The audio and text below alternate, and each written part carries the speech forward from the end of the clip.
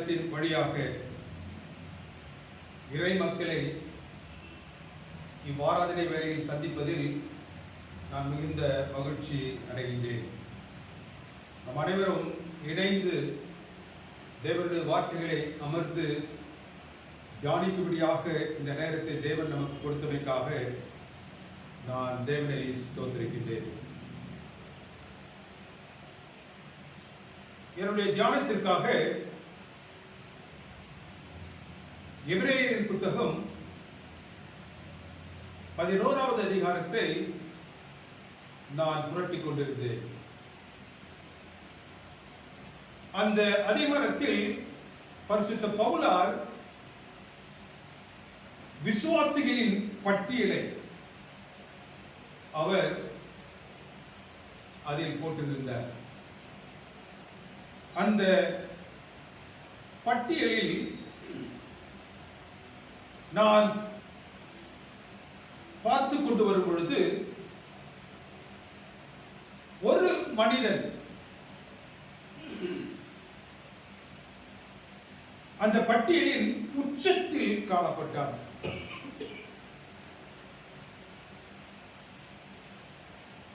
அவன் அந்த பட்டியலின் உச்சத்தில் காணப்படுவதற்கான காரணத்தையும் பவுலார் அங்கு பதிவு செய்து வைத்திருக்கிறார். ஆபிரகாம் விசுவாசத்தின் தந்தை.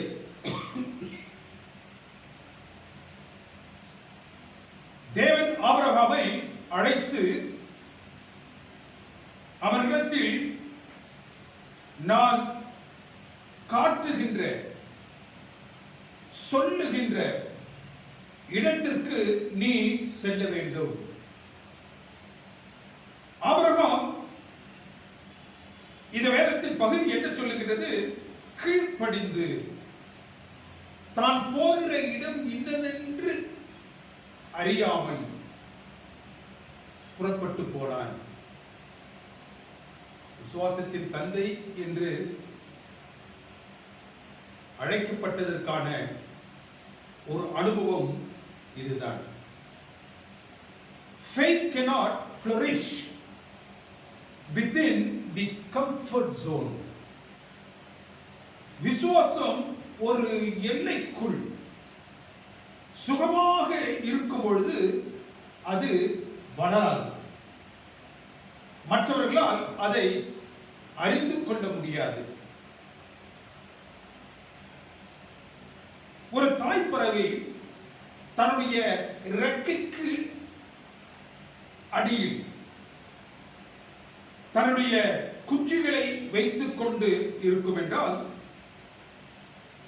அந்த குஞ்சுக்கு உலகத்தின் வெளிச்சம், உலகத்தில் இருக்கக்கூடிய பரவசம் தெரியாது. தன்னுடைய தகப்பனுடைய அணைப்பில் ஒரு மகன் ஆற்றங்கரையில் அமர்ந்து கொண்டிருப்பான் என்றால் நீச்சலின் அனுபவத்தை அவன் பெற முடியாது. அதே போன்றுதான் விசுவாசமும் அதன் நிலையில் பரீட்சிக்கப்படும் பொழுதுதான் அதை உடைய நபர்கள், அந்த விசுவாசத்தை உடைய நபர்கள் அவருடைய தன்மை இன்னதென்று நம்மால் அறிந்து கொள்ள முடியும். விசுவாசம் பரீட்சிக்கப்பட வேண்டும். For Hebrews, faith is not a noun, it is a verb. எபிரேயர்களுக்கு இந்த விசுவாசம் என்று சொல்லக்கூடியது பெயர் சொல் அல்ல, ஒரு வினைச்சொல். பெயர் அளவில் அல்ல, செய்கை அளவில் காட்டப்படக்கூடிய ஒன்று விசுவாசம். இந்த ஃபெய்த்துக்கு ரூட் வேர்ட் ஆணி வேர் ஒரு விசுவாசத்திற்கு எது? The root word in Hebrew language is amen. விசுவாசத்திற்கு எபிரேய பத தேவனிடத்தில் ஒரு பொருள் காண வேண்டும் என்றால் நாம் ஜெபிக்கும் பொழுது கடைசியில் சொல்லுகின்றோம் அல்லவா, ஆமென்.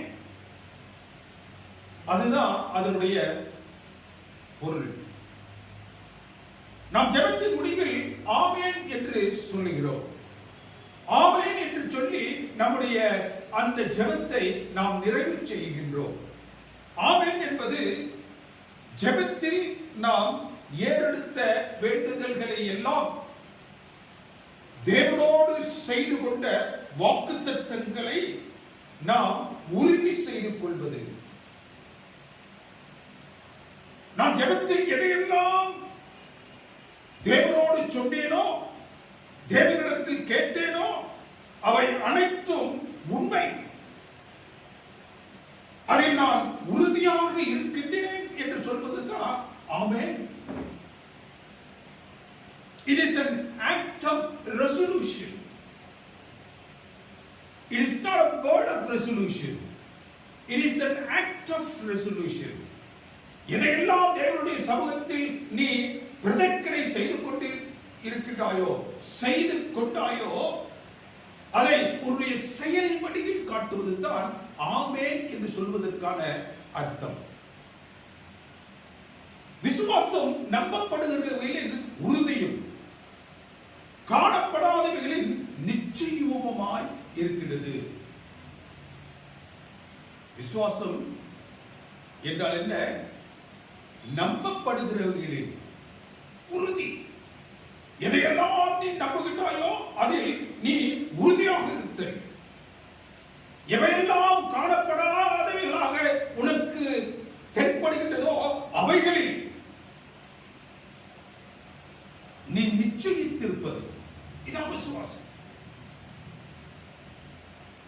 இந்த அனுபவத்தில் நாம் என்ன பார்க்கின்றோம் என்றால், இந்த விசுவாசத்தினால் தேவன் தாம் கட்டி உண்டாக்கின அஸ்திவாரம் இல்லாத நகரம், அந்த நகரத்திற்கு அவன் தன்னை ஆயத்தப்படுத்திக் கொண்டார். அஸ்திவாரம் இல்லாத ஒரு நகரத்திற்கு ஆபிரகாம் தன்னை ஆயத்தப்படுத்திக் கொண்டான். அந்த வேத பகுதி என்ன சொல்கின்றது? எப்படி அவன் தன்னை ஆயத்தப்படுத்திக் கொண்டான் என்றால், அவன் இந்த உலகத்தில் பரதேசியாய் தன்னை காத்துக் கொண்டான். தேவன் அவனை சந்தித்து நான் போ என்று சொல்லக்கூடிய இடத்திற்கு நீ போக வேண்டும் என்று சொன்ன மாத்திரத்தில் தானே. தேவனுக்கு பிரியமானவர்களே, இந்த வேதத்தின் பகுதி அந்த அவருடைய சூழலை மிக தெளிவாக நமக்கு படப்பிடித்து காட்டுகின்றது. அந்த வாக்குத்தத்தத்தை அல்லது அந்த அழைப்பை ஆபிரகாம் பெற்ற மாத்திரத்தில் தானே அவனுடைய நண்பர்கள் அவனை சூழ்ந்து நிற்கின்றார்கள். அவனுடைய நண்பர்கள் அவனை பார்த்து, நீ எங்கே போகின்றாய்? ஆபிரகாம் அவர்களை பார்த்து சொன்னா, எனக்கு தெரியாது. பிறகு ஏன் போகின்றாய்? என் தேவன் என்னை போகும்படியாக அழைத்திருக்கின்றார். சரி, நீ போகும் இடத்தை நீ அறியாமல் இருக்கின்றாய். உன்னுடைய குடும்பத்தை அங்கு அழைத்து செல்வதற்கு முன்பதாக நீ அந்த இடத்தை ஒரு முறை பார்த்து விட்டு வந்து, அது உன்னுடைய குடும்பத்திற்கும் உன்னுடைய சூழலுக்கும் ஒத்து வரக்கூடிய இடமா என்பதை நீ அறிந்து வந்து பிறகு உன்னுடைய குடும்பத்தை நீ அழைத்து செல்லலாமே.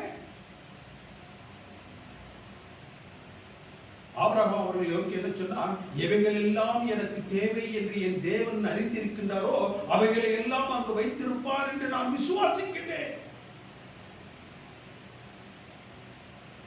He is the God who knows end from the beginning. He knows my future. He knows my tomorrow. Because he is already there in my tomorrow, in my future. And his grace is sufficient unto me. தேவனுக்கு பிரியமான தேவஜனமே, அவன் தன்னுடைய நண்பர்களை பார்த்து அவன் சொன்னான், என் தேவன் என்னுடைய எதிர்காலத்தில் அவர் இருக்காரு. நான் எதை நாளை என்று சொல்லுகின்றனோ, எது எனக்கு அறிமுகமாகாமல் இருக்கிறதோ அந்த அறிமுகமாக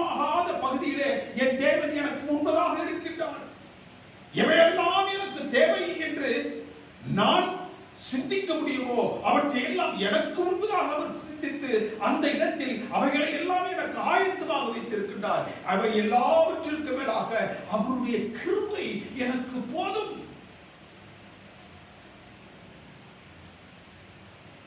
எனவே ஆபிரகாம் விசுவாசத்தினாலே கீழ்ப்படிந்து தான் போகும் இடம் என்னதென்று அறியாமல் அவன் சென்றான், புறப்பட்டு போனான்.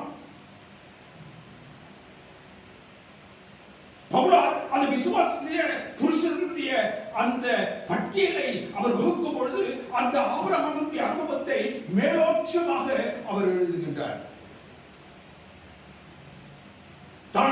தான் தெரிந்திராத ஒரு இடத்திற்கு தேவனுடைய வார்த்தை வந்த மாத்திரத்தில் தானே அங்கு செல்வதற்கு அவன் தன்னை ஆயத்தப்படுத்திக் கொண்டான் என்ற அந்த அனுபவத்தை அவன் தன்னுடைய மனதிலே வைத்து ஆராய்ந்து பார்த்து இவனளவா விசுவாசத்தின் தந்தை என்று அந்த பட்டியலின் உச்சத்தில் அவனை கொண்டு வைக்கின்றான். இன்றைக்கு நாம் தியானிக்க போகின்ற ஒரு பகுதி ஆபிரகாமினுடைய மற்றொரு பகுதி, அவனுடைய வாழ்க்கையின் அனுபவத்தின் இன்னொரு பகுதி.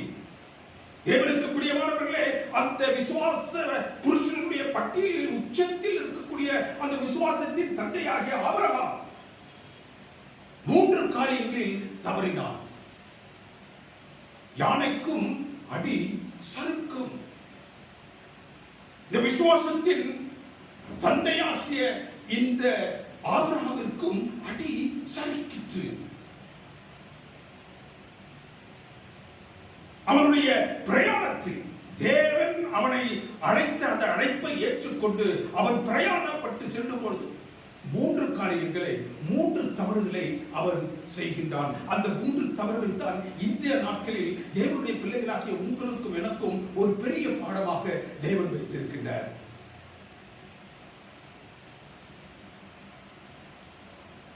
ஆதியாகமத்தின் புத்தகம் 12வது அதிகாரத்தை எடுத்துக்கொண்டுவிட்டால் தேவன் ஆபிரகாமுக்கு கொடுத்த அழைப்பை நாம் பார்க்கின்றோம். ஆதியாகமம் 12வது அதிகாரத்தின் துவக்கத்தில் தேவன் ஆபிரகாமுக்கு ஒரு அழைப்பை விடுக்கின்றார்.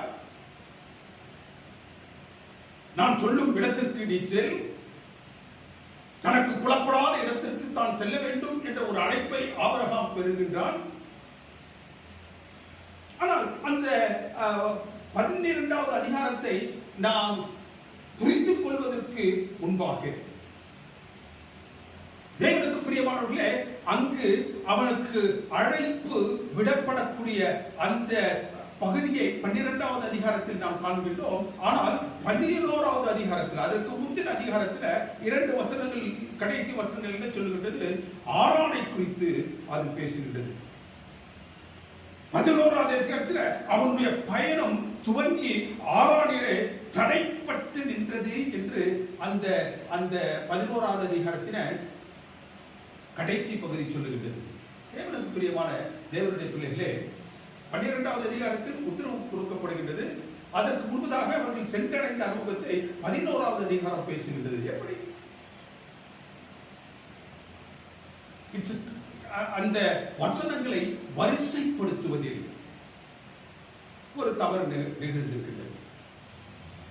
தேவனுக்கு பிரியமானவர்களே, அதை நிவர்த்தி செய்யும் பொருட்டாக ஆவியானவர் அப்போஸ்தலர் புத்தகம் 7வது அதிகாரம் 2வது வசனத்தில் மிக தெளிவாக அதை அவர் நமக்கு கூறுகின்றார்.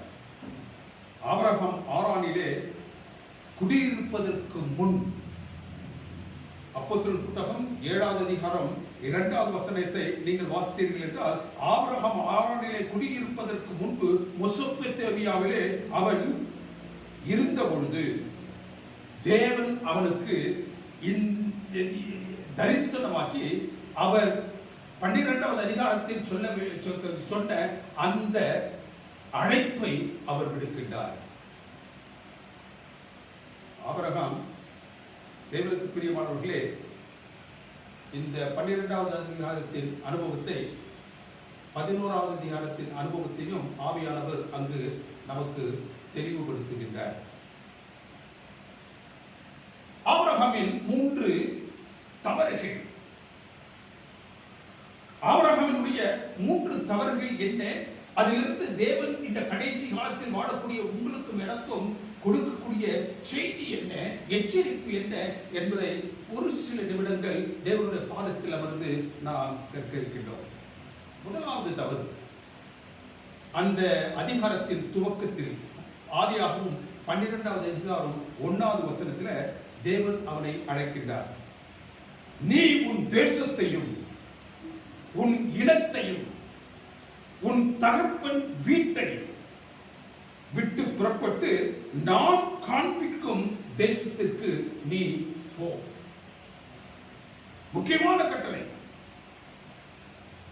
அந்த அழைப்பில் அவர் 3 காரியங்களை சொல்லுகின்றார். முதலாவது முக்கியமான கட்டளை, அவன் தன் தகப்பனை விட்டு செல்ல வேண்டும், தன் வீட்டை விட்டு செல்ல வேண்டும். எவ்வளவு பிரியமானவர்களே, அங்கு நடந்தது என்ன? தேவன் யாரை விட்டு செல்ல வேண்டும் என்று அவனுக்கு அச்சுறுத்தினாரோ, கட்டளை கொடுத்தாரோ, அந்த தேராகு ஆபிரகாமுடைய தந்தை, ஆபிரகாமுடைய தகப்பன் எல்லாரையும் அழைத்துக் கொண்டு, அந்த ஆதியாகமம் 11வது அதிகாரம் 31வது வசனத்தை பார்த்தோம் என்றால் மிக தெளிவாக சொல்கிறது. அவன் எல்லோரையும் அழைத்துக் கொண்டு, யார் தேராகு? யார் தேராகு? ஆபிரகாமுடைய தந்தை. தேராகு தன் குமாரனாகிய ஆபிரகாமையும் தன் பேரனாகிய லோத்துவையும் சாராயையும் அழைத்துக் கொண்டு சென்றான்.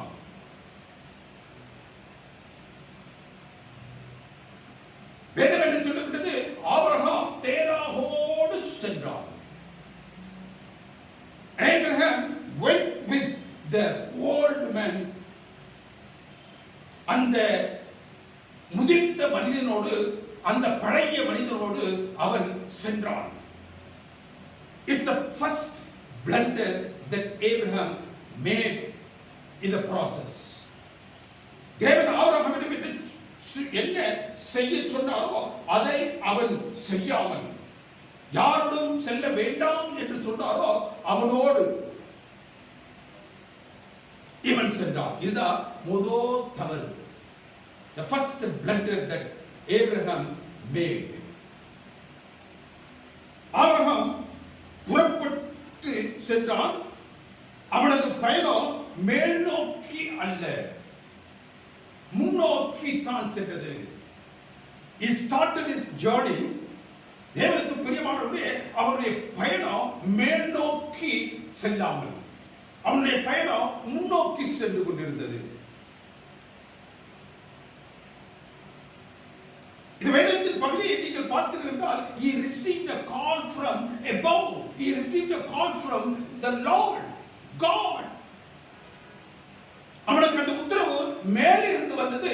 அவன் மேல் நோக்கி பார்த்ததாக, மேல் நோக்கி அவன் என்னெல்லாம் செய்ய வேண்டும் என்று பரலோகம் அவனுக்கு கட்டளை பறந்ததோ அதை செய்யாமல் அவன் தன்னுடைய பிரயாணத்தில் முன்னோக்கி செல்பவனாக இருந்தான்.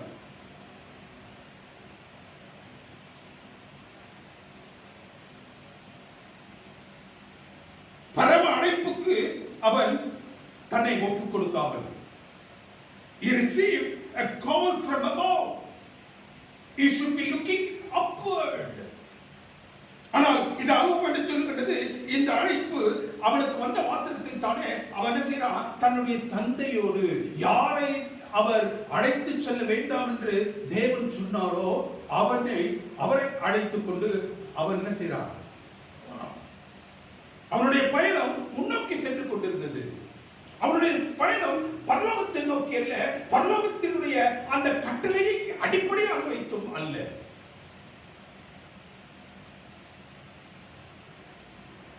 ஒருவேளை அந்த அழைப்பு ஆபிரகாமுக்கு கொடுக்கப்பட்டிருந்த அந்த அழைப்பு ஒரு மனிதனிடத்தில் இருந்து வந்திருக்கும் என்றால் அவன் முன்னோக்கி சென்று கொண்டிருக்கலாம். ஆனால் அந்த அழைப்பு பரத்திலிருந்து வந்தது. அவன் தன்னுடைய பயணத்தில் செல்லும் பொழுது பரம் அவனுக்கு என்ன கட்டளையிட்டதோ, தேவன் அவனுக்கு என்ன சொன்னாரோ அதை செய்தவனாக அவன் பரத்தின் வழிநடத்தின் பேரில் அவன் சென்றிருக்கிறான். He should be looking upward.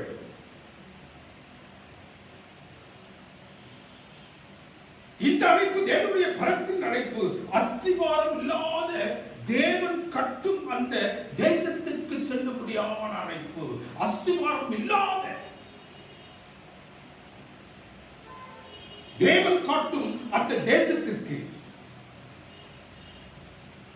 தேவன் காட்டக்கூடிய அந்த இடத்திற்கு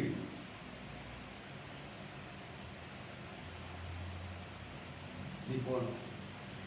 தேவன் காட்டக்கூடிய இடம் அஸ்திவாரம் உள்ள இடம்.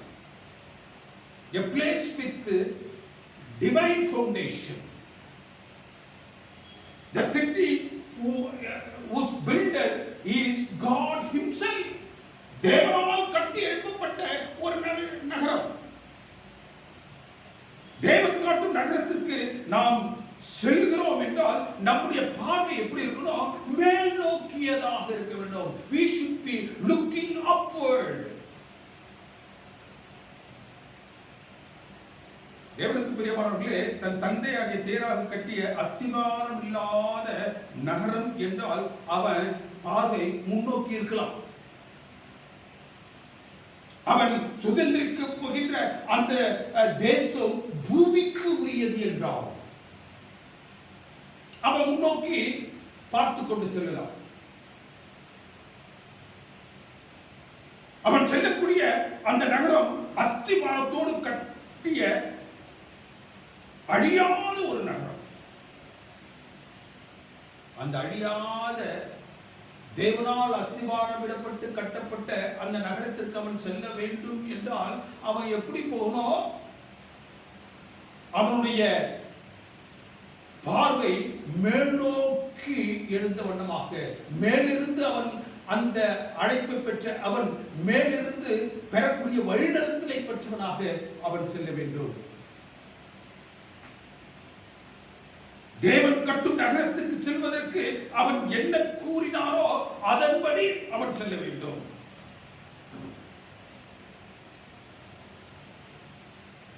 அறத்தின் சுதந்திரத்திற்கு பூலோக தவப்ப அவசியம் இல்லை. அனைவரும் நம்ம நினைக்கலாம், ஏன் தந்தை தானே கொண்டு போனோம். தேவன் அழைப்பை விடுத்திருக்கின்றார். அவர் தன்னுடைய கரங்களினால் கட்டி எழுப்பியிருக்கக்கூடிய அந்த நகரத்திற்குள்ளாக அவர் அந்த அழைப்பை கொடுத்திருக்கின்றார் என்றால் இங்கு அந்த பூலோக தகப்பன் அவசியம் இல்லை. அந்த பூலோக தகப்பன் அவசியம் இல்லை என்ற ஒரு காரணத்திற்காகத்தான் அவர் என்ன செய்றாரு? உன் தகப்பனை விட்டு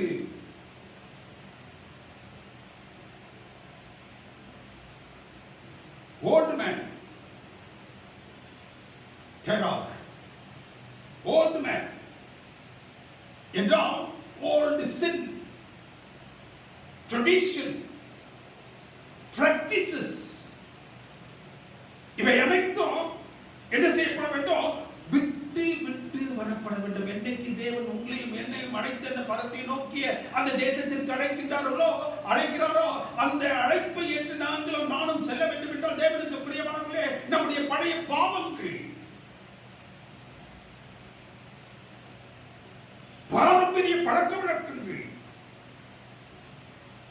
ஐதீகங்கள், எவற்றையெல்லாம் கர்த்தராகிய இயேசு கிறிஸ்துவை நாம் ஏற்றுக்கொள்வதற்கு முன்பதாக பாரம்பரியமாக நாம் அவற்றை நம்முடைய வாழ்க்கையில் செய்து கொண்டிருந்தோமோ அவற்றை எல்லாவற்றுக்குமா leave the old man behind, leave the old sins, practices, traditions behind. என்றைக்கு அவைகள் விடப்படுகின்றதோ அப்பொழுதுதான் நீ என்ன செய்ய முடியும்? உன்னுடைய அந்த பரலோகத்தின் பார்வையை நீ பெற்றவனாக கடந்து செல்ல முடியும். இங்கு இந்த அனுபவத்தில் இந்த பழைய மனிதன், பழைய பாவங்கள், பழைய ஐதீகங்கள், பழைய சாஸ்திரங்கள் எல்லாம் என்ன செய்கிறது? ஒரு மனுஷனோடு வருவது போன்று தொக்கி வருதல்.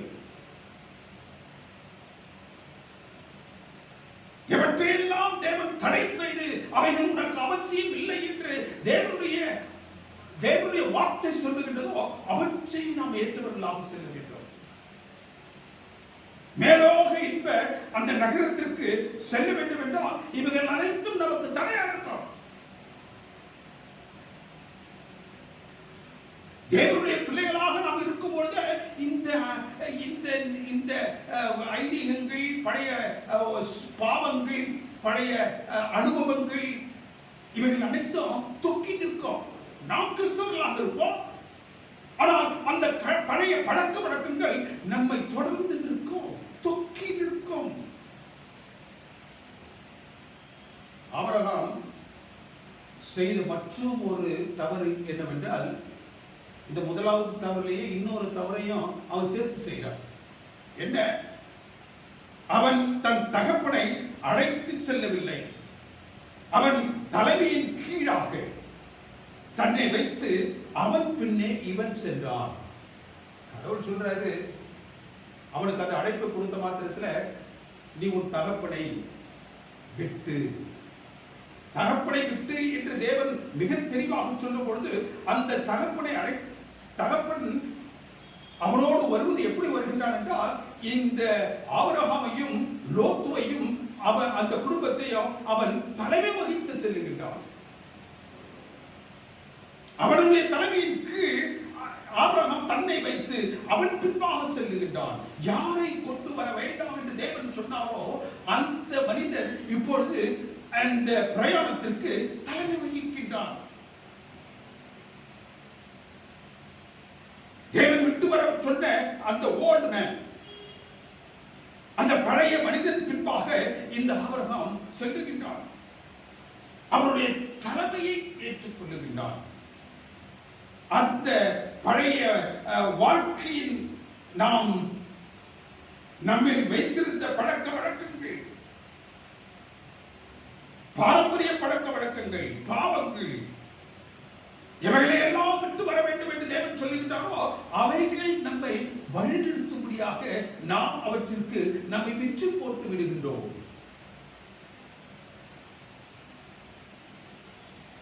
தேவனுக்கு பிரியமானவர்களே, நாம் விட்டு வந்த மார்க்கம் அல்லது மதங்கள், சூழல், எவற்றையெல்லாம் தன்னுடைய கரத்தில் வைத்திருந்ததோ அவற்றையெல்லாம் நாம் நம்முடைய கரங்களில் ஏற்றி வந்துடுறோம். We have received a call from above. தேவனுடைய அழைப்பை பெற்றிருக்கின்றோம். அவருடைய அழைப்புக்கு இசைத்து அவர் என்ன சொன்னாரோ அதே நிலையில் நம்மை காத்துக்கொண்டு நம்ம செய்கிறோம். போகும்படியாக அவருடைய சமூகத்தில் நம்மை படைக்கின்றோம். ஆனால் இந்த அனுபவம் என்ன சொல்லுகிறது? நாம் நம்மோடு எவற்றையெல்லாம் நம்முடைய பிற்கால வாழ்க்கையில், முற்கால வாழ்க்கையில் செய்து கொண்டிருந்தோமோ அவற்றையெல்லாம், அந்த அனுபவத்தை எல்லாம் உள்ளடக்கியவர்களாக வந்து கொண்டிருக்கின்றோம். பழைய பாவங்கள், பழக்க வழக்கங்கள், அந்த மதத்தில் அல்லது அந்த மார்க்கத்தில் என்னவெல்லாம் நாம் செய்து கொண்டிருந்தோமோ அவற்றை எல்லாம் தேவனுடைய பிள்ளைகளாக இருந்து கொண்டு நாம் இன்னும் செய்து கொண்டிருக்கின்றோம். அந்த பழக்க வழக்கங்கள் எல்லாம் நம்மை இன்னும் தொக்கிக் கொண்டிருக்கின்றது. அநேகர் இந்து மதத்திலிருந்து வந்திருப்போம். அநேகர் கத்தோலிக்க மற்றும் மற்ற கிறிஸ்துவ மார்க்கங்களில் இருந்து கூட வந்திருப்போம். தேவனுக்கு பிரியமானவர்களே, அங்கு இருக்கக்கூடிய பழக்க வழக்கங்கள், அங்கு இருக்கக்கூடிய தேவனுக்கு பிரியமில்லாத காரியங்கள், அதுக்காக தானே தேவன் நம்மை அழைத்து வெளியே கொண்டு வராரு. அவர் நம்மை அழைத்து வெளியில் கொண்டு வரும் பொழுது எவற்றிலிருந்து நாம் விடுபட வேண்டும் என்று தேவன் விரும்புகின்றாரோ அவற்றை நம்முடைய கரத்தில் பற்றி கொண்டு வரும் பொழுது அது எப்படி இருக்கும்? இவைகள் பரலோக யாத்திரையில் ஒரு பெரிய தேக்கத்தை நமக்கு ஏற்படுத்தி விடாதா? பழைய மார்க்கத்தில் இருந்த பழக்கம், பழைய மதத்தில் இருந்த பழக்கம், நல்ல நேரம் பார்க்கிறது, கெட்ட நேரம் பார்க்கிறது, சம்பிரதாயம் பார்ப்பது, சடங்குகளை செய்வது, இவைகள் அனைத்தையும் நாம் செய்து கொண்டு தேவனுடைய பிள்ளைகள் என்ற நாமத்தையும் தரித்தவர்களாக இருக்க வாஞ்சிக்கின்றோம். தேவனுடைய பாதையில் நான் அவருடைய அழைப்பை பெற்றவன் என்று மற்றவர்கள் காணும்படியாக நம்மை கிறிஸ்தவர்கள் என்று சொல்லக்கூடிய நிலையில் நாம் நம்மை காத்துக்கொள்ள வாஞ்சிக்கின்றோம். We have still the old man, old practices, old traditions. followings.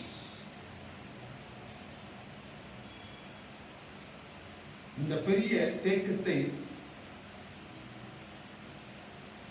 Abraham ஏற்படுத்தினார். தேவனுக்கு பிரியமானவர்களே, தேவனுடைய பிள்ளைகளாக நீங்களும் நானும் எப்படி இருக்கிறோம்? தேவன் நமக்கு கொடுத்திருக்கக்கூடிய அந்த இரட்சணிய பாதையில் நாம் நடந்து சென்று கொண்டிருக்கும் பொழுது நம்ம எவற்றை எல்லாம் விட்டு வர சொன்னாரோ அவற்றை எல்லாம் நம்முடைய கரத்தில் நாம் பற்றிக்கொண்டு நாம் அந்த பரலோக பாதையில் முன்னேறி சென்று கொண்டிருக்கின்றோம் என்று நினைக்கிறீர்களா? அப்படி என்றால் நம்முடைய பார்வை மேல இருக்காது. எப்பொழுது நம்முடைய பார்வை மேலே சென்று தேவன் என்ன சொல்லுகின்றாரோ அதை செய்வதற்கு நாம் ஒப்புக் கொடுக்கும் பொழுது இவற்றை எல்லாம் உதறி தள்ளிவிட்டு வருவோம். இவற்றை எல்லாம் உதறி தள்ளாமல் நாம் எப்பொழுது அவருடைய பாதையில் செல்லுபடியாக ஆசிக்கின்றோமோ அப்பொழுது நம்முடைய சுரம் மேல் நோக்கி இருக்காது, நம்முடைய சுரம் முன்னோக்கி தான் இருக்கும்.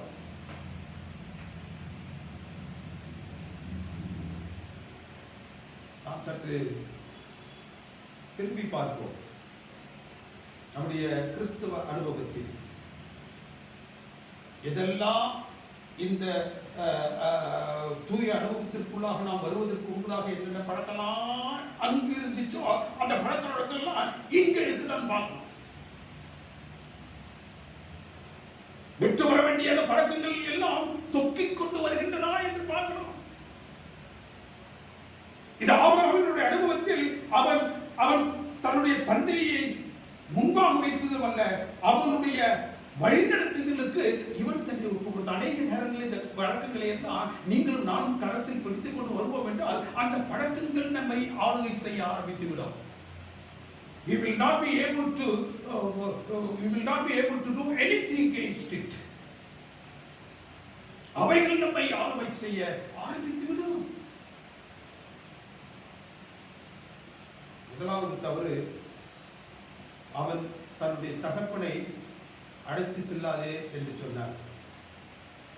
தேவனுக்கு பிரியமானவர்களே, அவன் அந்த ஓல்டு மேனை, ஓல்டு சின்ன பிராக்டிசஸ், இல் பிராக்டிசஸ், சம்பிரதாயத்தை, சடங்குகளை எல்லாவற்றையும் அவன் என்ன செஞ்சுட்டான், தன்னோடு அந்த தேராகு என்று சொல்லக்கூடிய அந்த மனிதன் மூலமாக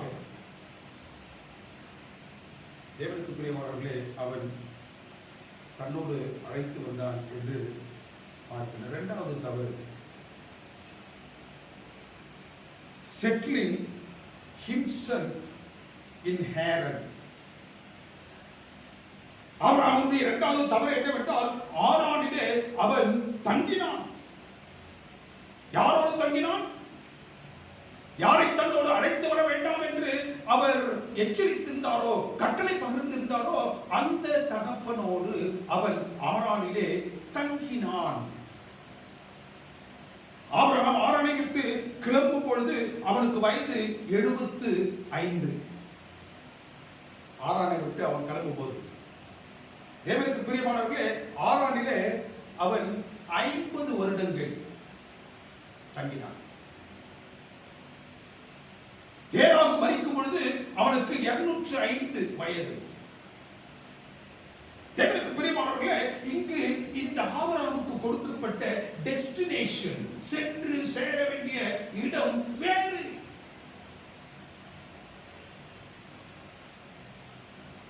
எப்பொழுது அவன் தன்னுடைய தகப்பனை தன்னை வழிநடத்தும்படியாக சம்மதித்தானோ, எப்பொழுது தன் தகப்பன் தனக்கு தேவனிட்ட கட்டளைக்கு விரோதமாக அவன் பின்னே போவதற்கு இவன் இசைந்தானோ, எப்பொழுது அவனது so called old man, old sins, traditions, practices அவனை தொடர்ந்து வருவதற்கு அவன் சம்மதித்தானோ, அவனது பயணத்தில் முன்னேற்றம் இருந்துச்சு. அவனுடைய பயணத்தில் அவன் கண்ட முன்னேற்றம் உலக பிரகாரமான முன்னேற்றம் அது இருந்துச்சு. ஆனால் அவன் அந்த பயணத்தில் தொடர்ந்து செல்ல முடியவில்லை. He stayed at Haran for 50 years. அவனுடைய பயணம் தேங்கியது. அவனுடைய பயணத்தில் முன்னேற்றம் இல்லை. தேவனுடைய கட்டளை தடைப்பட்டது. தேவன் என்ன சொன்னாரோ அதை அவன் செய்வதற்கு என்ன செஞ்சான்? தடைப்பட்டான். ஆபிரகாம் எங்கு செல்லும்படியாக கட்டளை பெற்றானோ அந்த நோக்கத்தில் இருந்து விலகி அதே இடத்தில் தன் தகப்பன், தன் இனம், தன் குடும்பம் என்று அவன் வாழ்த்துக் கொண்டிருந்தான். எவ்வளவு நாட்கள்? 50 வருஷம். 50 வருஷம். தேவனுக்கு பிரியமான தேவனுடைய ஜனமே, இந்த ஆபிரகாம் எந்த இடத்தில் சென்று சேர வேண்டுமோ அந்த இடத்திற்கு தன்னுடைய பயணத்தை நிற்காமல் அவன் செய்யாமல் அவன் ஆரானிலே நின்றான். ஆரானிலே அவன் தன்னுடைய தகப்பனோடும் தன்னுடைய இனத்தானோடும் அவன் தங்கினான். பயணம் முன்னோக்கி செல்ல முடியவில்லை.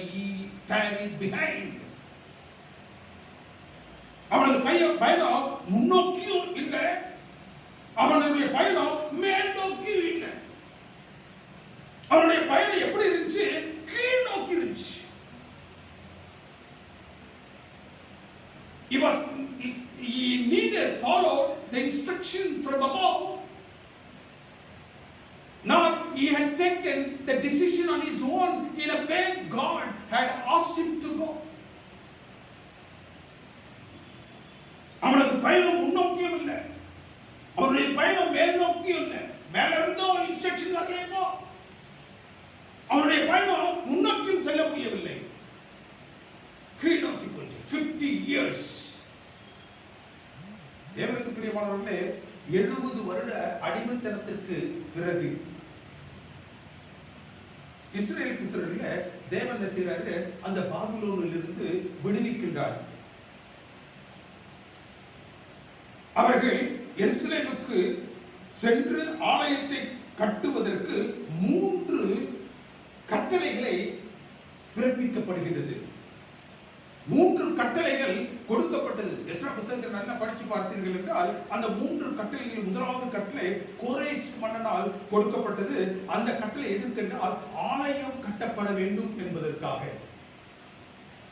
இரண்டாவது கட்டளை அதே கோரேஸ் கொடுக்கின்றார். அது என்ன கட்டளை என்றால் 50 லட்சம் அந்த யூதர்கள் என்ன செய்யலாம்? இஸ்ரவேலர்கள் எருசலேமிற்கு சென்று அந்த ஆலயத்தை கட்டுவதற்கு தங்களை உட்படுத்திக் கொள்ள வேண்டும் என்பதற்காக 50,000 பேர்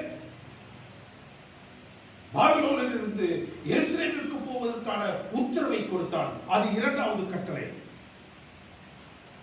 மூன்றாவது ஆணை என்னவென்றால் எருசலேம் ஆலயத்தை மட்டுமல்ல, எருசலேம் வீதிகளையும் அந்த சுவரையும் கட்ட வேண்டும். எருசலேமை ஒரு முழு குடியுரிமை பெற்ற ஒரு நகரமாக அவன் மாற்றும்படியாக ஒரு ஆணையை அவன் பிறப்பித்தான். எருசலேம் ஆலயத்தை எடுத்து கட்டும் பணி இப்பொழுது முடங்கி போயிருந்துச்சு.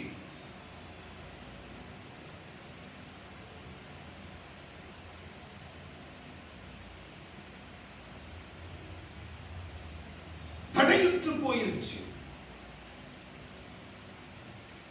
இதை பார்த்த மாத்திரத்தில் அந்த நெகேமியானவன் என்ன செய்யறான்? இன்னொரு உத்தரவை, பானபாத்திரக்காரனாக இருந்த நெகேமியா இன்னொரு உத்தரவை அவன் தன்னுடைய கரத்தில் பெற்றுக்கொண்டு எருசலேமுக்கு ஓடோடி வருகிறான். 50,000 பேர் போனாங்களே, 3 அரச கட்டளைகளை பெற்றிருக்கின்றார்களே, எருசலேமில் ஆலயத்தை கட்டுவதற்கோ, எருசலேமினுடைய நகரத்தை கட்டுவதற்கோ, எருசலேமினுடைய அந்த சுவரை எழுப்பிட்டு கட்டுவதற்கோ, இந்த ஆலயம் கட்டுவதற்கான முழு உத்தரவை பெற்று வந்துவிட்டு இந்த 50,000 பேர் என்ன செய்து கொண்டிருக்கின்றார்கள்? ஓடோடி வருகிறான். தேவனுக்கு பிரியமானவர்களே, இந்த 3வது கட்டளையை அவர்கள் பெற்றுக்கொண்டு வந்த அந்த நாளுக்கும் இந்த 4வது கட்டளையை நெகேமியா தன்னுடைய கரத்தில் பெற்றுக்கொண்டு வந்த அந்த நாளுக்கும் எவ்வளவு கால வித்தியாசம் என்றால் 13 வருஷங்கள். 13 years, 50,000 people. அந்த 50,000 பேரோ அந்த 13 வருடங்கள் அந்த எருசலேமிலே சும்மா இருந்தார்கள்.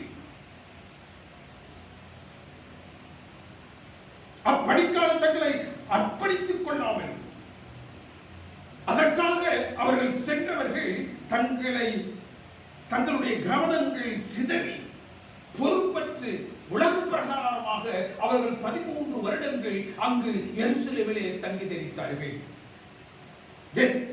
They started to make a living in the wilderness. வனாந்திரத்திலே அவர்கள் வாழ்வதற்கு பிரயாசப்பட்டார்கள். எப்படி அந்த இஸ்ரவேல் ஜனங்கள் வாக்குத்தத்தத்தின் தேசத்திற்கு அவர்கள் செல்வதற்கு முன்பதாக அந்த வனாந்திரத்திலே வாழத் துவங்கினார்களோ அதே போன்று தேவனுக்கு பிரியமான தேவனின் ஜனமே, ஆபிரகாமும் அவனது தகப்பனும் லோத்துவும் அங்கு சுகமாக வாழத் தொடங்கினார்கள். எப்படி இந்த இஸ்ரவேலர்கள் 13 வருஷம் எருசலேமிலே எதற்காக அனுப்பப்பட்டார்களோ, அந்த 50,000 பேரும் எதற்காக அனுப்பப்பட்டார்களோ அதை செய்யாமல் சுகபோகிகளாக, உலக பிரகாரமாக, பொறுப்பற்றவர்களாக, கவனம் சிதறியவர்களாக அவர்கள் இருந்தார்களோ அதே போன்று ஆபிரகாமும் அவனது தகப்பனாகிய தேராகும் லோத்துவும் குடும்பத்தோடு என்ன செய்தார்கள்? எந்த இடத்திற்கு தேவன் அவர்களை அனுப்பியிருந்தார்களோ அந்த இடத்திற்கு போவதற்கான எந்த திட்டத்தையும் வகுக்காமல் அந்த ஆரானிலே 50 வருடங்கள் வாழ துவங்கினார்கள். பழைய மனிதனோடு, பழைய கலாச்சாரத்தோடு, பழைய சம்பிரதாயங்களோடு வாழத் தொடங்கினார்கள். அவர்களுடைய தேவ கட்டளை மீதான அந்த பயணம் தடைப்பட்டு போயிற்று. ஆரானிலே அவர்கள் தங்கினார்கள் 50 வருஷங்கள். காரணம் என்ன? This old man. காரணம் என்ன? This old sins, traditions, practices. They were trying to compromise with the world. அவர்கள் முன்னோக்கி செல்ல முடியவில்லை. Only when the desire for the flesh died, he was able to proceed further. அவனில் இருக்கக்கூடிய அந்த மாமிசம் மரிக்கும் பொழுது, தேவனுடைய வார்த்தை அவனில் இருந்த அந்த தேவனுடைய வார்த்தை மேலோங்கி எழும் பொழுது அவன் முன்னோக்கி சொல்லும்படியாக தேவனுடைய சமூகத்திலிருந்து கட்டளை பெற்றார். பழைய மனிதனுக்கும் பழக்கங்களுக்கும் பாவங்களுக்கும் சென்ற பிறகுதான் அவனால் முன்னோறி செல்ல முடிஞ்சிச்சு. அதுக்காக தான் கடவுள் நீ நான் காட்டும் தேசத்திற்கு போ, நீ நான் காட்டும் தேசத்திற்கு போய் சேர வேண்டும் என்றால் நான் சொல்லக்கூடியதை செய்ய, நீ உன் தகப்பனை விட்டு, உன் தேசத்தை விட்டு, உன் இனத்தானை விட்டு நீ செல்லு.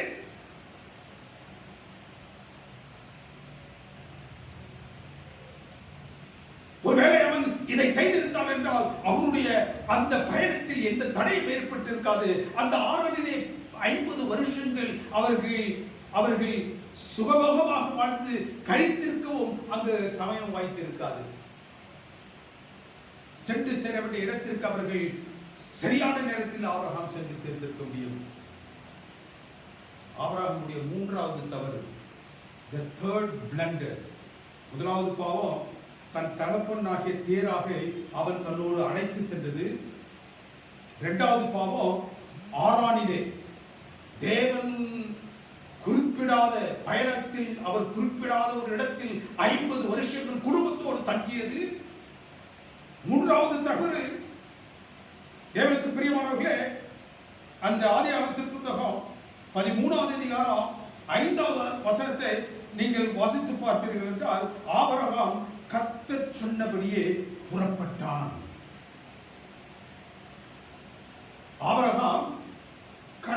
சொன்னபடியே என்ன செஞ்சான்? புறப்பட்டான். அந்த வேதத்தின் பகுதி என்ன சொல்லுகின்றது?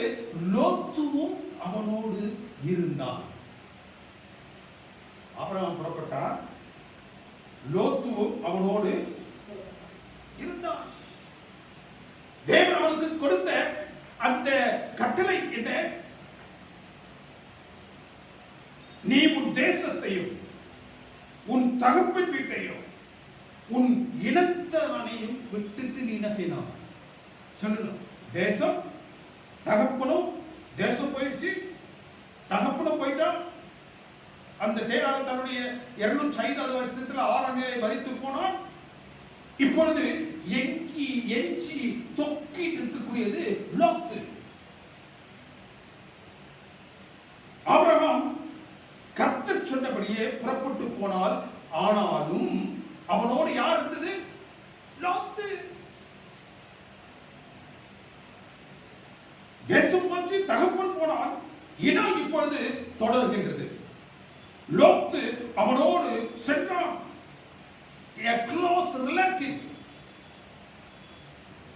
அவர்கள் இருவரும் ஒரே பயணத்தில் சென்று கொண்டிருக்கிறார்கள். லோத்தும் ஆபிரகாமும் தேவன் ஆபிரகாமுக்கு பாராட்டிய அந்த பாதையில் அவர்கள் சென்று கொண்டிருக்கிறார்கள். ஒருவேளை அவர்கள் இருவரும் ஒரே பயணத்தில் ஒரே அந்த பயண வீதியில் அவர்கள் சென்றாலும் அவர்கள் இருவருடைய மனமும் வேறுபட்டு இருந்துச்சு. அவருடைய இருதயம் மாறுபட்டு இருந்துச்சு. அவருடைய எண்ணங்கள், நோக்கம் மாறுபட்டு இருந்துச்சு. Abraham went because he was called by God. Abraham went because he was called by God. Lot went because Abraham called him. Abraham தேவன் அவனை அழைத்தார். எனவே அந்த அழைப்பை ஏற்றவனாக, தேவனுடைய அழைப்பை ஏற்றவனாக அவன் சென்று கொண்டிருக்கிறான். ஆனால் லோத்து ஆபிரகாம் கொடுத்த அந்த அழைப்பை ஏற்றவனாக அவன் சென்று கொண்டிருக்கிறான். There is a difference. தேவனுடைய அழைப்பு, மனுஷனுடைய அழைப்பு. தேவனுடைய அழைப்போ மனுஷனுடைய அழைப்போ ஒருமித்து செல்ல முடியாது. எண்ணங்கள் மாறும், இதயத்தின் சிந்தனைகள் மாறும். மனுஷன் யோசிப்போம். என்னைக்கு தேவனுடைய வார்த்தையை ஏற்று தேவனுடைய அந்த பாதையில் செல்லுபடியாக அவன் தன்னை உட்படுத்திக் கொள்கின்றானோ அவன் பரலோகத்துக்கு ஏற்றவரை சிந்தித்துக் கொண்டு போவான். இதுதான் நடச்சு. அவர்கள் இருவரும் ஒரே திசையை நோக்கி சென்றாலும் அவருடைய மனம், அவருடைய நோக்கம் வேறுபட்டது. பிகாஸ் மனித அழைப்போ தேவ அழைப்போ ஒருங்கிணைந்து செல்ல முடியாது. Because of Lot, இந்த யோபுவின் நிமித்தமாக Abraham faced lots of problems, lots of murmurings, lots of contentions, lots of strifes. Abraham இந்த லோத்துவை தன்னோடு அழைத்துக் கொண்டது நிமித்தமாக அவர்கள் இருவருக்குள்ளே முறுமுறுப்பு ஏற்பட்டது, கருத்து வேறுபாடுகள் எழுந்தது, வாக்குவாதங்கள் வந்தது. அந்த வாக்குவாதங்கள் அநேக நேரங்களில் மன உரிமை ஏற்படுத்தியது.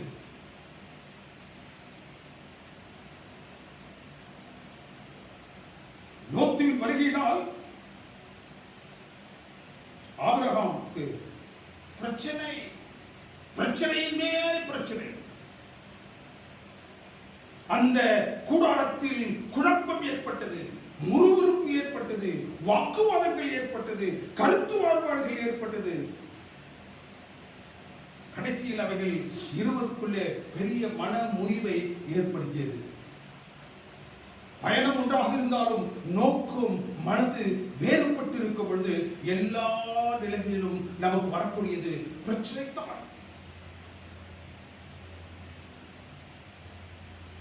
எகிப்திலிருந்து அந்த இஸ்ரவேலர்களை தேவன் வாக்குத்தத்தத்தின் தேசத்திற்கு கொண்டு செல்லும் பொழுது அந்த எகிப்தின் அங்கு இருக்கக்கூடிய சூழலை பிடிக்காத, கடுமையான வேலைகளை பிடிக்காத அநேகர் என்ன செஞ்சாங்க, அந்த எகிப்திலிருந்து வாக்குத்தத்தத்தின் தேசத்திற்கு சென்று கொண்டிருந்த தேவனுடைய பிள்ளைகளோடு இவங்களும் சேர்ந்துட்டாங்க. மிக்ஸ்டு மல்டிடியூட்ஸ் என்று அம்பையார் சொல்லுகின்றார்கள். மிக்ஸ்டு மல்டிடியூட், கலந்த கூட்டம். இந்த கலந்த கூட்டத்திற்கு நோக்கம் கிடையாது. இந்த கலந்த கூட்டத்திற்கு எங்கு செல்லுகின்ற இடம் எவ்வளவு புனிதமானது என்பது அவர்களுக்கு தெரியாது. They just want to accompany to come out of their trials and troubles, sufferings.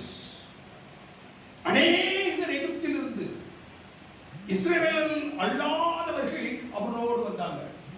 அம்மையார் என்ன சொல்றாங்க, இந்த அவருடைய 40 வருட பிரயாணத்தில் அங்கு ஏற்பட்ட முறுமுறுப்பு, அங்கு ஏற்பட்ட பல்வேறு விதமான குழப்பங்களுக்கு, கருத்து வேறுபாடுகளுக்கு, பாவங்களுக்கு, பிரச்சனைகளுக்கு எல்லாவற்றுக்கும் காரணம் இந்த மிக்ஸ்டு மல்டிடியூட்ஸ் தான்.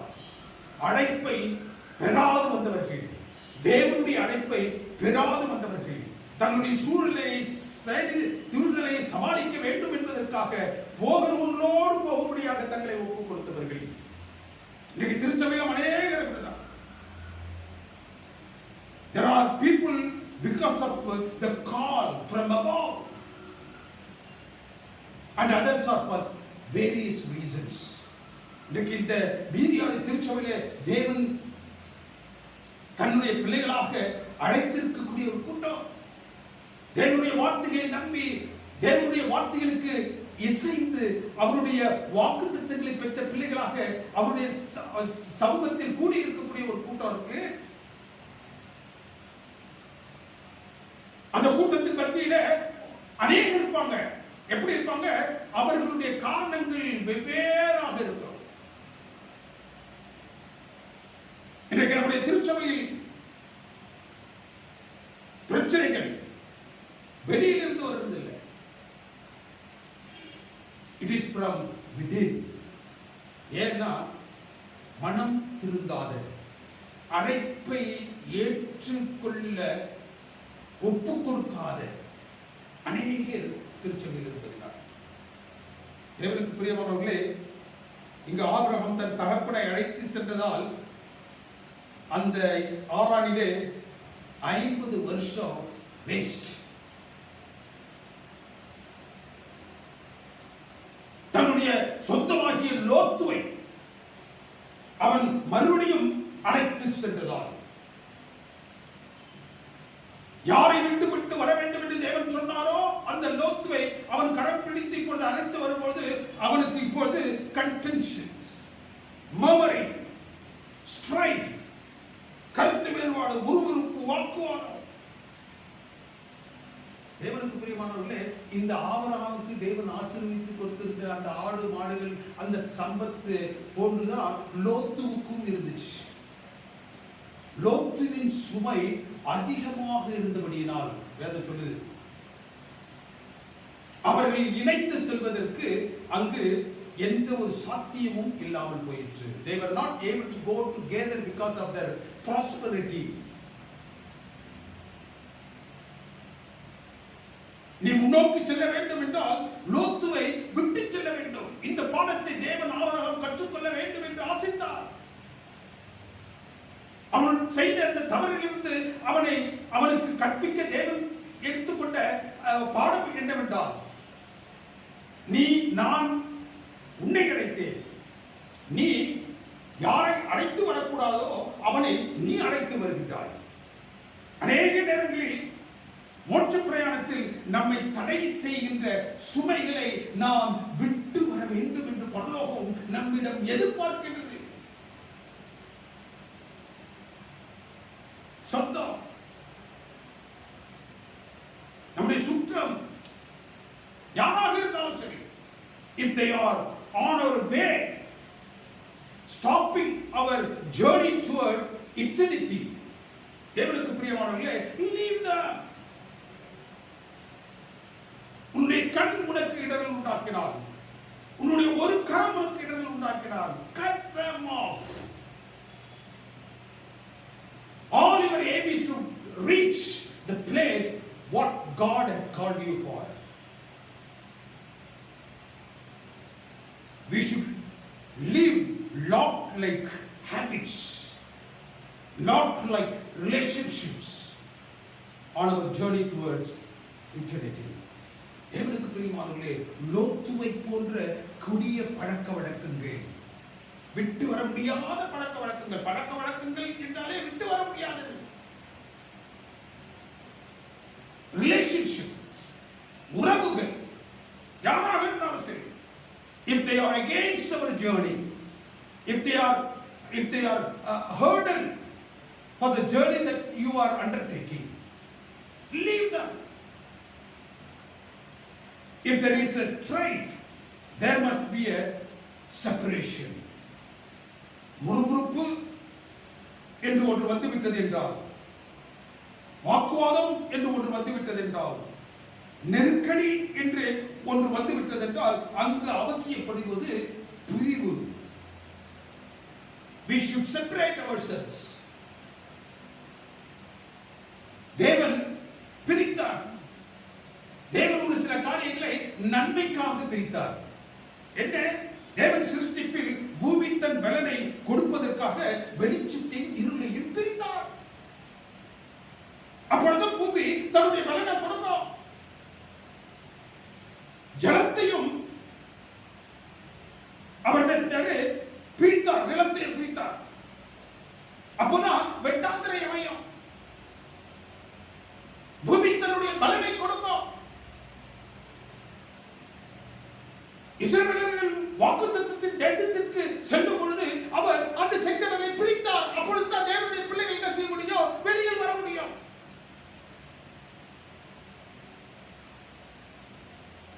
தேவனுக்கு பிரியமானவர்களே, நம்மை பாரப்படுத்திக் கொண்டிருக்கக்கூடிய லோத்து போன்ற பிரச்சனைகள் நமக்கு உள்ளதாக இருக்க வேண்டும் என்றால் அதை பிரித்து விட வேண்டும். அப்பொழுதுதான் நம்முடைய பயணம் முன்னோக்கி செல்ல முடியும். நம்மை அறிவைப்படுத்திக் கொண்டிருக்கக்கூடிய மக்கள், பழைய பழக்க வழக்கங்கள், பாவங்கள் நீக்கப்பட வேண்டும். அதற்கு ஒரே தீர்வு, இந்த ஆபிரகாமுடைய அனுபவத்திலிருந்து தேவன் நமக்கு கொடுக்கக்கூடிய ஒரே தீர்வு என்றால் அவர் என்ன சொல்லுகின்றார்? ஒரே தீர்வை தான் சொல்லுகின்றார். அது நீ அவற்றை விட்டுவிடு. You get yourself separated from it. அவற்றிலிருந்து நீ பிரிந்து வா.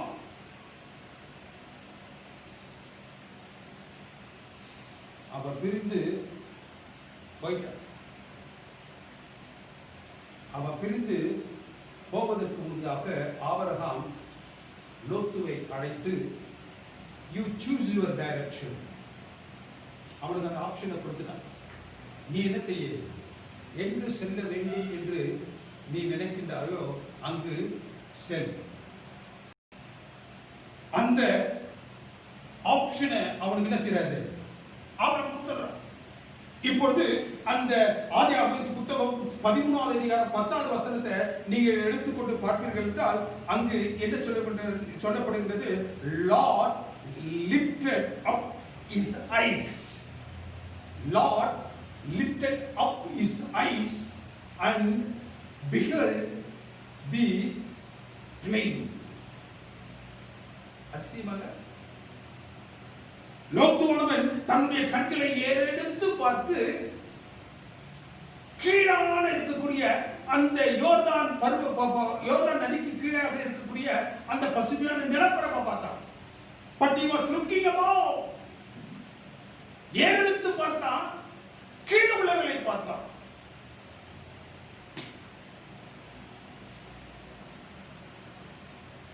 Lord could not see anything beyond what is down there. அவன் ஏறெடுத்து பார்த்தாலும் அவனால் வேற ஒன்றும் பார்க்க முடியல. எதைத்தான் பார்க்க முடியுது என்றால் அவனுக்கு கீழே, he was looking above but he could see only what is down there. யோர்தான் நதிக்கரையில இருக்கக்கூடிய அந்த பசுமையான இடத்தை மாத்திரம் தான் நான் பார்க்க முடிச்சு. The height of his sight was what was beneath him. அவன் பார்க்க முடிந்த அந்த உயரமே என்னன்னா கீழே இருக்கிறது அவனால் பார்க்க முடிச்சு. காரணம் என்ன? தேவனுக்கு பிரியமானவர்களே, அவன் தேவனுடைய அழைப்பை ஏற்று வரவில்லை. தேவனுடைய அழைப்பை யாரெல்லாம் ஏற்று வரவில்லையோ, இந்த அனுபவம் என்ன சொல்லுகின்றது? நீ பரலோகத்தை பார்க்க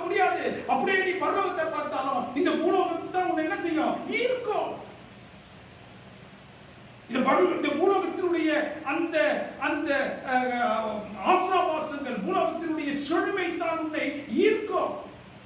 Though you look at above, upward look. அவனது height of the sight was down. அவனுடைய எவ்வளவு தூரத்திற்கு அவன் பார்க்க முடியுமோ அவ்வளவு தூரத்திற்கு அவன் கீழே உள்ளவைகளை தான் பார்க்க முடிஞ்சு.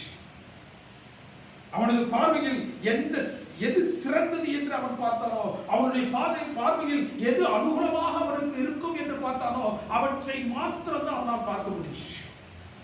என்னத்தை பார்த்தா? He saw the prosperity and the proximity. செழுமையை பார்த்தான், அதை அருகாமையில் பார்த்தான்.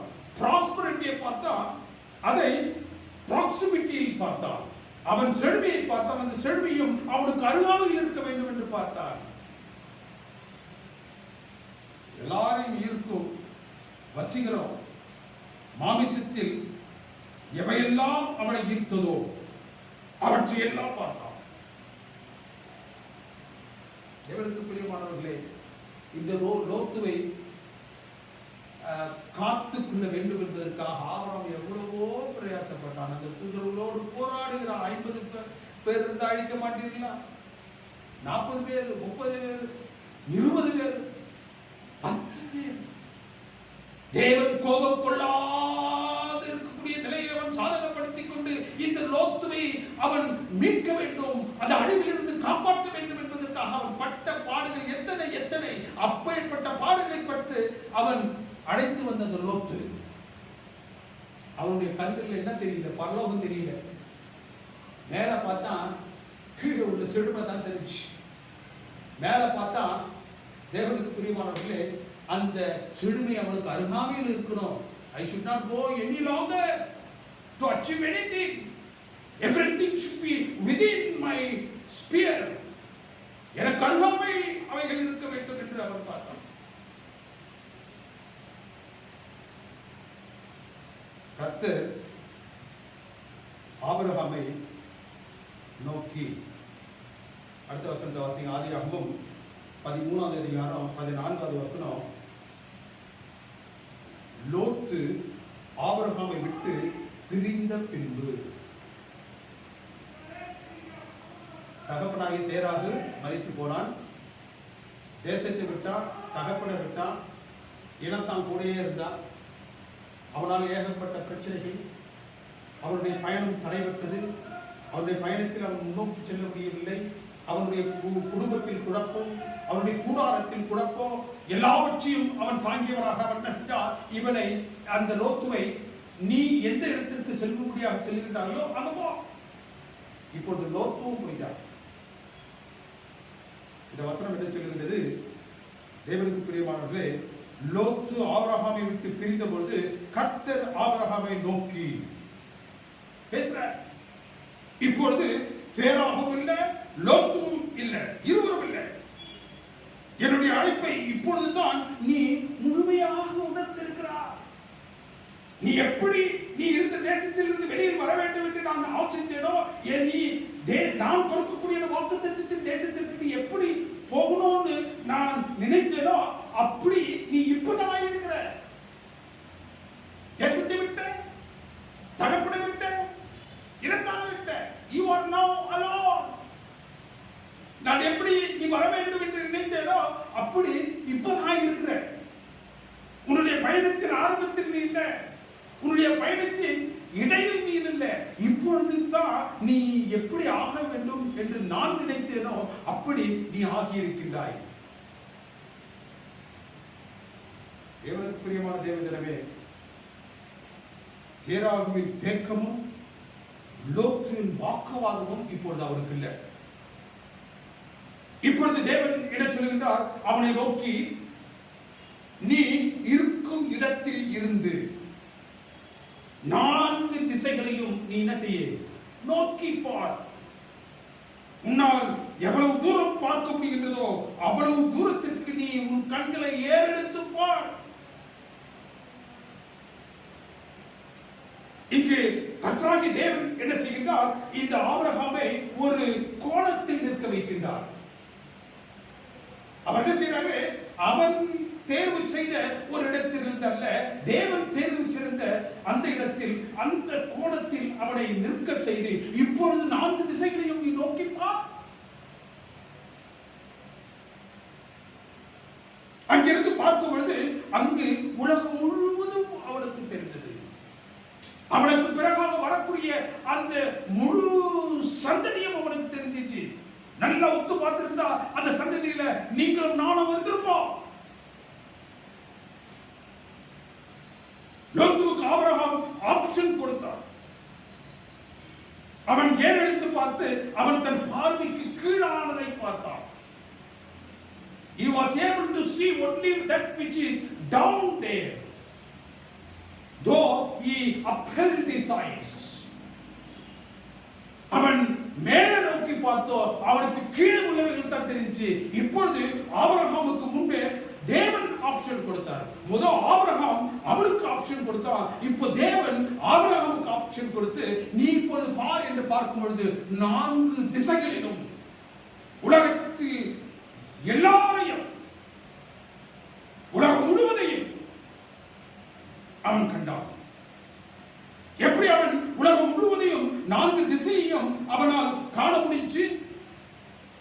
தேவனுக்கு பிரியமானவர்களே, இப்பொழுது தான் தேவன் அவனை எப்படி அழைத்தாரோ அப்படி ஆபிரகாம் தனிமையாக எந்த நிலையில் தேவன் அவனை அழைத்தாரோ அப்படியாக அவன் நின்றார். தேவனுக்கு முன்பதாக நின்றார்.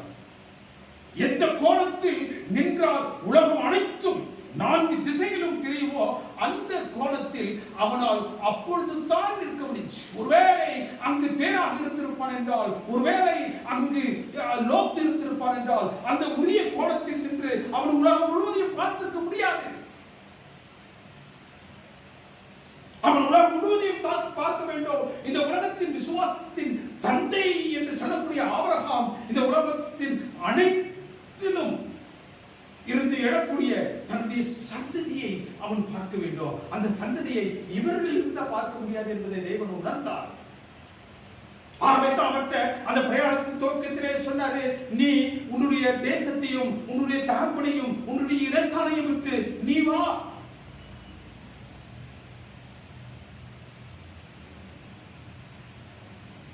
தேவனுக்கு பிரியமானவர்களே, தேராகவும் லோத்துவும் அவனோடு இருக்கும் பொழுது தேவன் அவனுக்கு அந்த பாயிண்ட காட்டல.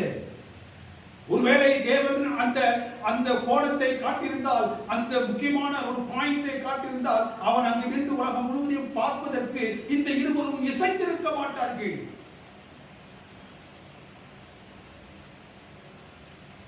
பரலோக பாதையில நாம் பரத்தை ஏறெடுத்து பார்க்க வேண்டும் என்றால் நம்மை பின்னடைய செய்து கொண்டிருக்கக்கூடிய அனைவரையும் நாம் விட்டு வரணும். ஏனென்றால் அவைகள் தான் நாம் எந்த கோணத்தில் நாம் நின்று இந்த உலகத்தை பார்த்து தேவனுக்காக செய்ய வேண்டியதை செய்ய வேண்டும் என்று தேவன் விரும்புகின்றாரோ அதை நம்மால் செய்ய முடியாது. லோத்னா அர்த்தம் என்ன தெரியுமா? The meaning of name Lot. திரை. அர்த்தம் என்ன? திரை, வெயில். தேவனுக்கு பிரியமானவர்களே, இந்த லோத்து பரலோக அந்த பாதையில் பரலோகத்தின் தேவன் ஆபிரகாமுக்கு கொடுத்த அந்த பிரயாணத்தின் பாதையிலே அவனுக்கு முன்பதாக ஒரு திரையாக இருந்தான். ஆபிரகாம் வாழ்க்கையில் இருந்து அவன் பிரிக்கப்பட்ட பொழுது அந்த திரை அவனுடைய கண்களுக்கு முன்பதாக இருந்து விளக்கப்பட்ட பொழுதுதான் அவன் அந்த ஒரு பாயிண்டில் நின்று அவன் நிற்க வேண்டிய ஒரு கோணத்தில் நின்று உலகம் முழுவதையும் அவன் பார்ப்பதற்கேற்ற ஒரு நிலையை அவனால் பெற முடிஞ்சு. ஆபிரகாமினால் அவனுடைய பார்வை எப்பொழுது வேல் நோக்கி இருந்துச்சு என்றால் இப்பொழுதுதான் முழுமையாக வேல் நோக்கி இருந்துச்சு. தேவனுடைய சித்தம் நோக்கி இருந்துச்சு. அவனுடைய பார்வை மேல் நோக்கி தேவ திட்டத்தை உள் அடக்கி முன்னோக்கி செல்லக்கூடிய நிலையில் அது இருந்துச்சு. தேவனுக்கு பிரியமானவர்களே, நம்முடைய பரலோக பாதையிலும் தேராகுவை போன்ற தேக்கத்தையும் லோக்குவை போன்ற திரையையும் எப்பொழுது நாம் நீக்கி தேவனுடைய பாதையில் நாம் முன்னேறி செல்லும்படியாக நம்மை ஒப்புக் கொடுக்கின்றோமோ, தேவன் எதிர்பார்க்கக்கூடிய நிலையில் நம்மை ஒப்புக் கொடுக்கின்றோமோ, அப்பொழுதுதான் என்ன செய்ய முடியும்? இந்த மோட்ச யாத்திரையில நாம் சென்று சேர வேண்டிய தூரத்தை கடந்து செல்ல முடியும். மோட்ச யாத்திரையில் தேக்கமும் திரையும் நம் கண்களை மறைக்கும். தேக்கமாகிய தேராகு, திரையாகிய லோத்து, இவர்கள் ஆபிரகாமிடத்திலிருந்து பிரிக்கப்பட்ட பின்புதான் அவன் தேவனுடைய அந்த அழைப்பை முழுமையாக என்ன செஞ்சான்? நிறைவேற்றினான். அவருடைய அழைப்பில் இருக்கக்கூடிய முழு தன்மையை அவன் உணர்ந்தான். பரலோகத்தை நோக்கி பார்க்க முடிஞ்சு, பரலோகத்தினுடைய வழிநடத்துதலை அவனால் பெற முடிஞ்சு. We must find out who our Lord is. நம்மில் இருக்கக்கூடிய லோத்து யாரு? நம்மில் இருக்கக்கூடிய லோத்துவை போன்ற பழக்கம் யாரு? நம்மில் இருக்கக்கூடிய லோத்துவை போன்ற நண்பர்கள் யாரு என்பதை நீங்களும் நானும் அடையாளம் கண்டுகொள்ள வேண்டும். We must find out who our Terah is. தேராகு என்று சொல்லக்கூடிய நம்மை பரலோகத்தின் பாதையில் இருந்து பின் இருக்கக்கூடிய தேராகு போன்ற பழக்க வழக்கங்கள், தேராகு போன்ற சம்பிரதாயங்கள், தேராகு போன்ற நம்முடைய பழைய பாவங்கள் என்னதென்று நாம் என்ன செய்ய வேண்டும்? தெரிந்து கொள்ள வேண்டும், உணர்ந்து கொள்ள வேண்டும். தேராகு கொண்டு வனாந்திரத்திலேயே நம்மை வாழ வைத்து சாத்தா விட்டுருவோம். இப்ப தேராகு நம்மோடு இருந்தால், லோத்துவை போன்ற அந்த திரை நம்மிடம் இருந்தால், சாத்தா என்ன செய்வார்? தேவனுக்கு பிரியமான தேவனுடைய பிள்ளைகளே, அந்த வனாந்திரத்திலேயே அந்த ஆறாமிலேயே அவங்க 50 வருஷம் இருந்தது போட்டு நம்மளே என்ன செய்வோம்? 50 வருஷம் அங்க தடை செய்து போடுவாங்க. ஆபிரகாமை போன்று தேவ சித்தம் உள்ள கோணத்தில் நின்று நாம் 4 திசைகளையும் பார்க்க வேண்டும் என்றால், பரலோகத்தின் வழிநடத்துதலை நாம் பெற வேண்டும் என்றால், தேவனுக்கு பிரியமானவர்களே, தேராகு போன்ற தேக்கத்தையும் லோத்து போன்ற திரையையும் நாம் விட்டுழித்தவர்களாக அந்த பரலோகத்தின் பாதையிலே நாம் கடந்து சென்று அந்த பரலோகத்தின் தேவனை நாம் பற்றி கொண்டவர்களாக நம்முடைய வாழ்க்கையில் நாம் மாத்திரமல்ல அநேகர் இந்த பரம் சேர்க்கும் தேவன் கொடுத்திருக்கக்கூடிய இந்த அருமையான சத்தியத்தின் மூலமாக அவர்களையும் அழைத்தவர்களாக அந்த பரம் சென்றடைய தேவன் நமக்கு தயவு செய்வாராக. ஆமென். எங்களை அன்பாய் நேசித்து வழிநடத்தும் பசுத்தமிக்க பரம்பிதாவே, தர்மையான நேரத்திலே தேவரே உடைய பிள்ளைகளாக நாங்கள் உடைய பாதத்தண்டை வந்து நிற்கின்றோம். என்னுடைய வாழ்க்கையில் நாங்கள் எவ்வளவு பெரிய விசுவாச ஜெயன்ஸாக இருந்த போதிலும், ஆபிரகாம் எப்படி தவறுகளை அவன் சந்திக்க வேண்டும் என்றோ அதே போன்று தவறுகளை நாங்கள் சந்திக்கிறோம். இந்த வாழ்க்கையில் தேவரே நாங்கள் இதையெல்லாம் விட்டு வர வேண்டும் என்று தேவரே நீர் எங்களுக்கு இந்த பசுத்தமான வார்த்தைகளில் நீர் சொல்லி இருக்கின்றீரோ அவற்றையெல்லாம் நாங்கள் விட்டு வைத்தவர்களாக எங்கள் அன்பின் தெய்வம் எந்த நிலையிலிருந்து நாங்கள் பரலோகத்தை கண்டால், எந்த நிலையில் இருந்து நாங்கள் உம்முடைய அழைப்பை ஏற்றுக்கொண்டால் அந்த பரம் சென்று சேர்வோம் என்ற ஒரு பெரும் வழிநடத்துதலை நீர் எங்களுக்கு இந்த நேரத்தில் சொல்லியமைக்காக உங்களுக்கு நன்றி செலுத்துகிறோம் சுவாமி. உங்களுடைய பாவங்கள், குற்றங்கள், குறைகள், மீதல்கள் யாவற்றையும் எங்களுக்கு தயவாக மன்னித்தரணும்.